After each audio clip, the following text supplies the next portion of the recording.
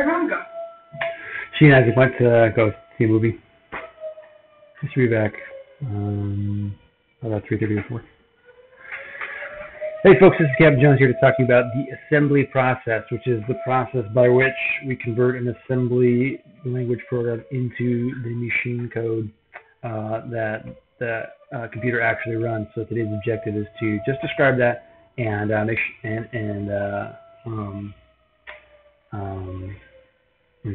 teach you the importance of something called the symbol table, which is used in that process. So let's get started. Okay. So the assembly process starts with an assembly language file, and that's given to the assembler in order to create the machine code. So by way of example, we're going to take the sample, let's see, what's this, figure 7.2 in the book. We've got a sample assembly language file, and we're going to convert this into machine code, where the assembler is. Part of the reason why the assembly language is so powerful is also the reason that it makes converting to machine code a little difficult, and that is specifically with regards to our labels, pointer, test, output.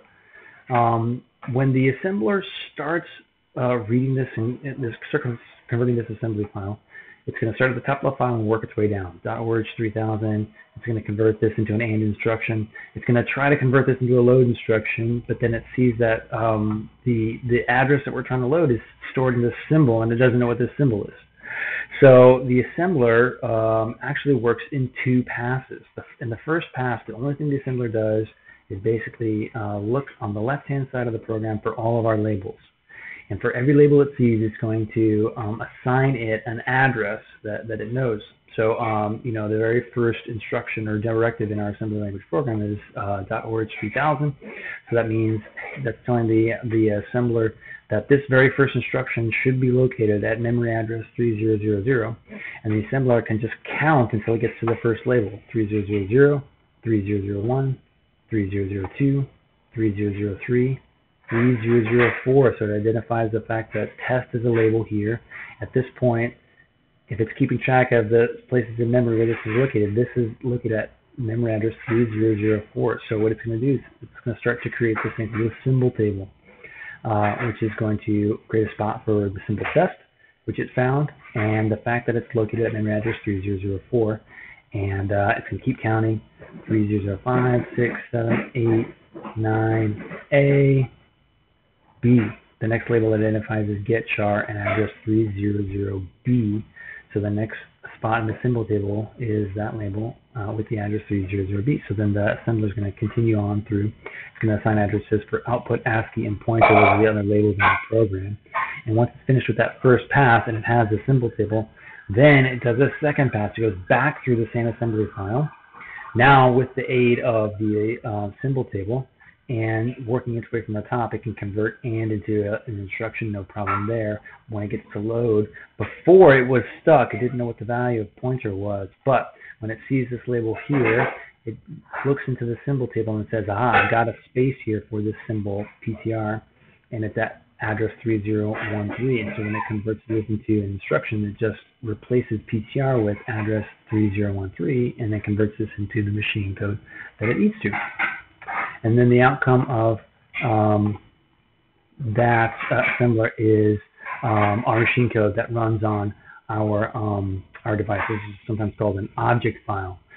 It is not, like we might think, the file that we actually run on our device, which is called the executable. Instead, in order for this piece of code to work, we have to combine it with some other files. And sometimes we choose to, if we're building a large program and we have code that we want to run on our computer all in separate files. So then all of the files that describe the code that we want to run on our computer are given to a program called the linker, which figures out where in memory each of these pieces of code are going to get placed.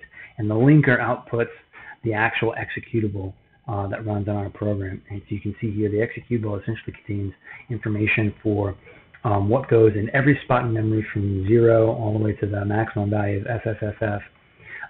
Somewhere in the middle here, starting at 3000, is our user program.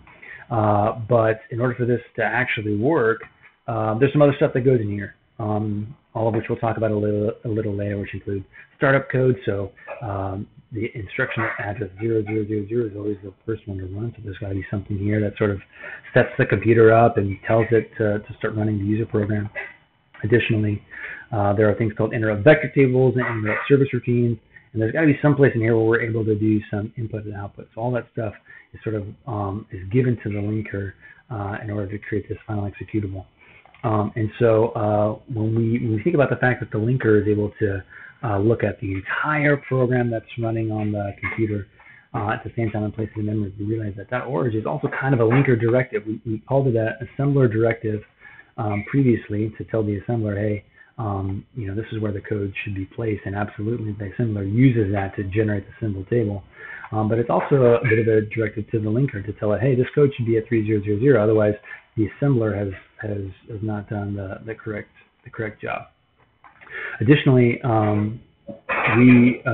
we can use an assembler directive we haven't talked about yet called .external, which may or may not be implemented in the simulator, if we want to refer to a label from another file.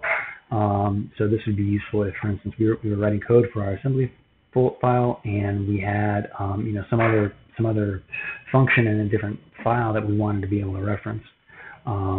So there's a way that we can tell the assembler, hey, this thing is not located in this file. The assembler will sort of put a placeholder there, and it'll let the linker, which has the scope of the entire project, to figure out how to resolve that instead of the assembler.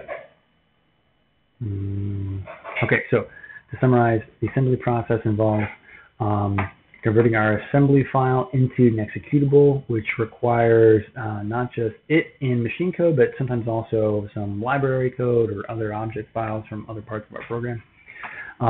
The process of converting assembly to machine code involves a first pass to populate the symbol table, which assigns memory addresses to each of the symbolic labels that we've put into our assembly program, and then a second pass to convert everything into the actual machine code, leveraging both the assembly file and the symbol table. Okay, today's quote is brought to you by LeBron James, who said, "You have to be able to accept failure to get better." I'll see you next time.